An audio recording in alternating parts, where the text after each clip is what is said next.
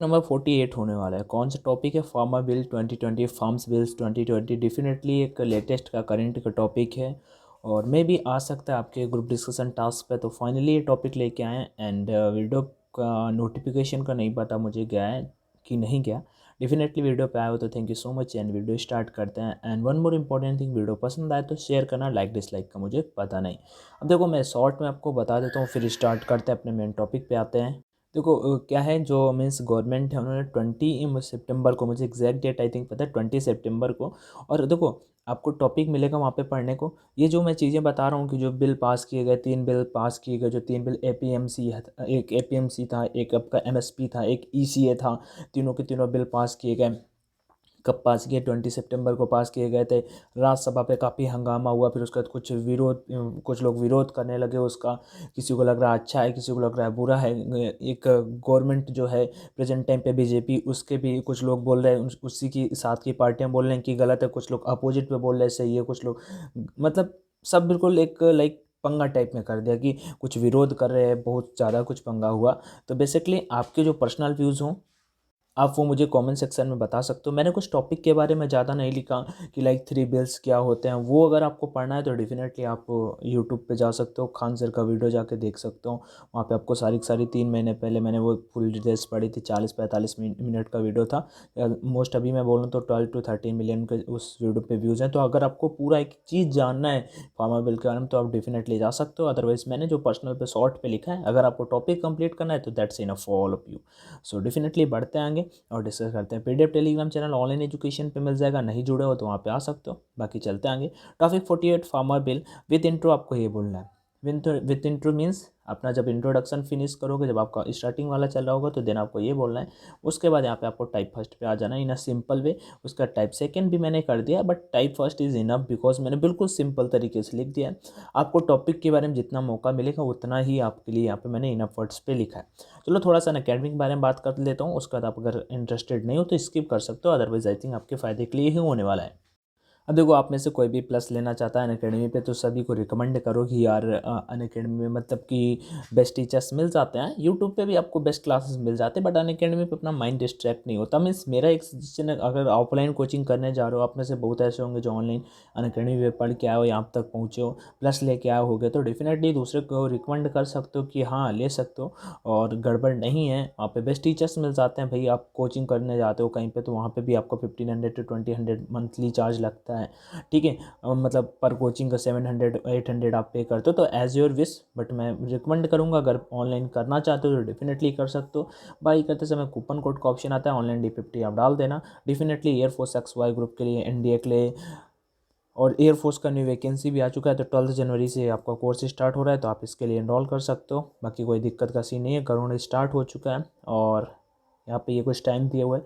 मैं रिकमेंड करूँगा 6 month is enough for all of you, और 3 मंथ भी परफेक्ट होते हैं। 3 मंथ में आपकी तैयारियाँ पूरी हो जाएंगी। आप कूपन कोड अपना यहाँ पे ऑनलाइन D50 डाल दोगे तो आपको 10% का ऑफ मिल जाएगा।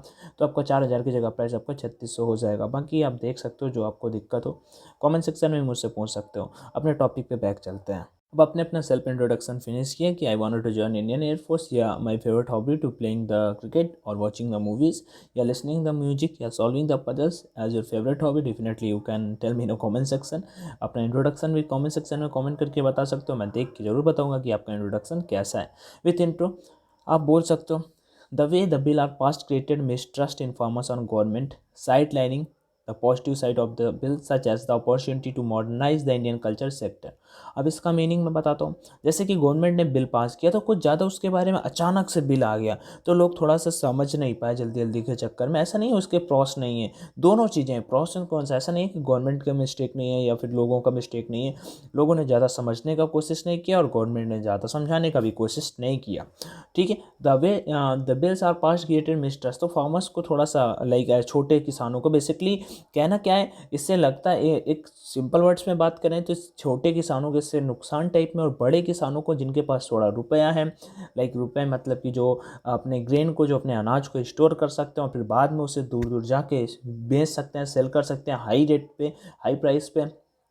सो ऐसा कुछ यहाँ पे। ठीक है, तो वही पॉजिटिव साइड ऑफ बोल अपॉर्चुनिटी। ठीक है, Indian agriculture sector, it is the responsibility of the government, government की responsibility to take the opinions of farmers की फार्मर्स के ओपिनियन लिए जाएँ, and also of the states, और स्टेट्स के आल्सो, ठीक है, मतलब स्टेट लाइक हर एक स्टेट के बिफोर पासिंग सच बिल्स, इस तरह के बिल पास करने से पहले। ये आपको विद इंट्रोडक्शन बोलना है। और गाइज अगर ऐसा बोला भाई डेफिनेटली इट्स इनफ। आगे बढ़ते हैं। टाइप फर्स्ट इतना इजी है, आप कुछ भी नहीं आता फिर भी अगर इतना बोल दोगे तो हो जाएगा। अकॉर्डिंग टू मी या in my point of view, जो आपको बेस्ट लगे बोल सकते हो। Advantage and disadvantage both will happen from this three Wales.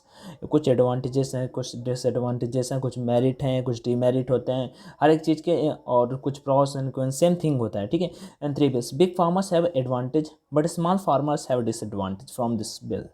मतलब बिग फार्मर को इससे एडवांटेज हुआ है, स्मॉल फार्मर को इससे डिसएडवांटेजेस हुए हैं फ्रॉम दिस, बिकॉज, क्योंकि बिकॉज का मीनिंग यहाँ पे मिस्टेक हो गया, ठीक है, उसके लिए sorry, CAUSE, because small farmers can't store the product. Small farmer होते हैं जो वो प्रोडक्ट को स्टोर नहीं कर सकते, क्योंकि उन्हें उनकी नीड्स ही होती है, उनका करना क्या है, खेती से जो लाएँ उसमें सेल कर दे और अपना काम खर्चा पानी चला रहे, ऐसा कुछ। Store the product, so they sell the product at fix price, जबकि मतलब उनका जो रेट होगा उस फिक्स प्राइस में वो सेल करने वाले हैं। But big farmers store the product and sell it high price. और डेफिनेटली जो थोड़ा बड़े किसान होंगे जिनके पास सिंपल सा रुपए होंगे, वो स्टोर कर लेंगे और बाद में उसे हाई प्राइस पे सेल करेंगे, ऐसा कुछ, ठीक है। ये टाइप फर्स्ट था। आई थिंक इतना इनफ था, आप ऊपर वाला इंट्रोडक्शन और इतना इनफ कर लोगे, इतना कर लोगे तैयार है।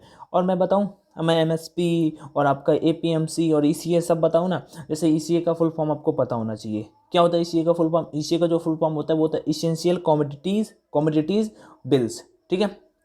और आपका जैसे क्या होता है APMC का जो मतलब फुल फॉर्म होता है वो होता है एग्रीकल्चर प्रोड्यूस मार्केटिंग कंपनी, ठीक है, मार्केटिंग कंपनी, ऐसा ही समथिंग होता है, ठीक है। तो अगर यही फुल फॉर्म याद कर ले तो definitely it will help a lot for you. Type second, अब वहाँ पे ये तो डिस्कस नहीं करना है कि MSP क्या होता है, APMC क्या होता है, इतना टाइम ही नहीं मिलेगा देखना, ठीक है। अब अगर आपका GD 1 आवर 1.5 आवर चल जाता है, कभी कभी GD अच्छा परफॉर्म करते हैं सभी कैंडिडेट, तो फिर डेफिनेटली वो चलता रहता है, सर को भी अच्छा लगता है। Type second, according to my point of view this three bills is not beneficial for the small farmers. Main point मतलब मेरे अकॉर्डिंग स्मॉल फार्मर्स के लिए अच्छे नहीं है। Yes it may be beneficial for the middle man farmers. मैं कह सकता हूँ कि ठीक है, जो बीच में कैटेगरी वाले आते हैं, मैं कहता हूँ किसी के पास 50 बीघे खेती, किसी के पास 10 बीघे और किसी के पास 25 बीघे, तो 25 बीघे वाले के लिए भी मीन्स हो सकता है कि ठीक है, 50 वाले तो है ही। When this bill was not announced by the government, till that small farmers were happy to produce nearby the APMC places। मतलब जब ये बिल अनाउंस नहीं किया गया था तो जो स्मॉल फार्मर्स थे फाइनली मतलब खुश थे APMC बिल से, because APMC has given the right not just to sell the produce, ठीक है, बट है also the know the price and production choices. मतलब सारे के सारे APMC के थ्रू वो जान पाते थे क्या प्राइस चल रहा है, कितने में क्या सेल करना है, वो सारी की सारी चीज़ें अभी भी बिल्कुल क्लीन एंड क्लियर है। वो बोला ना थोड़ा सा मिसट्रस्ट, लाइक गवर्नमेंट ने भी उसमें थोड़ा सा ध्यान नहीं दिया और लोगों ने भी उस पर ध्यान नहीं दिया, तब जाके एक डिफिकल्ट एक लाइक सिचुएशन क्रिएट हो गई। द पासिंग ऑफ बिल 2020 में वीकेंड द APMC, जो बिल पास हुआ वो APMC को थोड़ा सा वीक करेगा and hence become a disadvantage for small farmer. लेकिन ये स्मॉल फार्मर्स के लिए थोड़ा सा डिसएडवांटेज टाइप में बन जाएगा। One nation, one trade bill is more expenditure for small farmers. One nation, one trade bill is more expenditure for small farmers के लिए तो डेफिनेटली होने वाला है। As they have to bear the expense for exporting the produce, उनके पास मतलब खर्च, जितना खर्च बाहर जाके प्रोड्यूस को सेल करना, थोड़ा सा सामान, अब क्या तो यूपी से आप चले जा रहे हो महाराष्ट्र तो उसी में सब चला गया, ठीक है। As they have to bear the expense for exporting the produce and also one of more disadvantage to removing the restrictions of storage of the produce। और ये रिस्ट्रक्शन इस पे जो रिमूविंग पे रिस्ट्रक्शंस लगा दी, ये भी दिक्कत का सीन था। For that they have to sell the produce when production will be high, ठीक है, उन्हें सेल तो करना ही पड़ेगा जब उनका प्रोडक्शन हाई, मतलब जब प्राइस कम होगा डेफिनेटली उनको अपना प्रोड्यूस जो मतलब प्रोडक्ट को प्रोड्यूस करेंगे उन्हें डेफिनेटली हाई प्राइस पे या लोवेस्ट प्राइस पे सेल तो करना ही पड़ेगा। लेकिन ये छोटे छोटे किसानों के लिए मतलब उन्हें अपना प्रोड्यूस मतलब जो भाई सामान है वो तो सेल करना ही पड़ेगा, बट ये जो इससे बिजनेसमैन या जो मतलब जिनकी खेती ज़्यादा है और जैसे कि लिखा है but businessman is getting benefit, मतलब बिजनेसमैन होंगे इससे फ़ायदा मिलेगा उनको बहुत ज़्यादा, उन्हें मतलब फ़ायदा तो मिलने ही वाला है उनको, ठीक है, बिकॉज वो स्टोर कर पाएंगे उस टाइम पर। बाद में जब उसका मांग कम होगी, आपने वो पढ़ा होगा क्या बोलते हैं अर्थव्यवस्था, ठीक है, इकोनॉमिक, आई थिंक उसमें ऐसा सारी सारी चीज़ें मिलते हैं। तो जब उसकी मांग कम होगी तब वो लाएंगे और प्रोड्यूस बढ़ा देंगे, मतलब कि उसका प्राइस बढ़ा देंगे। Man is getting benefit because they will store the produce, they will wait for the price to increase. जो बिजनेसमैन होंगे वो वेट करेंगे कि कब प्राइस बढ़े और अपना प्रोडक्ट है, अपनी जो प्राइसेस हैं, मतलब प्रोडक्ट बढ़े, मतलब प्रोडक्ट की मांग कम होगी, उनके प्राइसेस बढ़ेंगे, देन वो अपना मतलब जो प्रोडक्ट कम प्राइस पे ले या रखा होगा उसे सेल करेंगे। That's all about the topic. जैसा लगा वो कमेंट में बताना, आप अपने व्यूज़ बता सकते हो, आपको क्या लगा है। मुझे जो लगा वो मैंने आपके साथ में शेयर किया। बाकी thank you for watching this video. If you like it definitely hit the like button and subscribe my channel. Thank you. जय हिंद।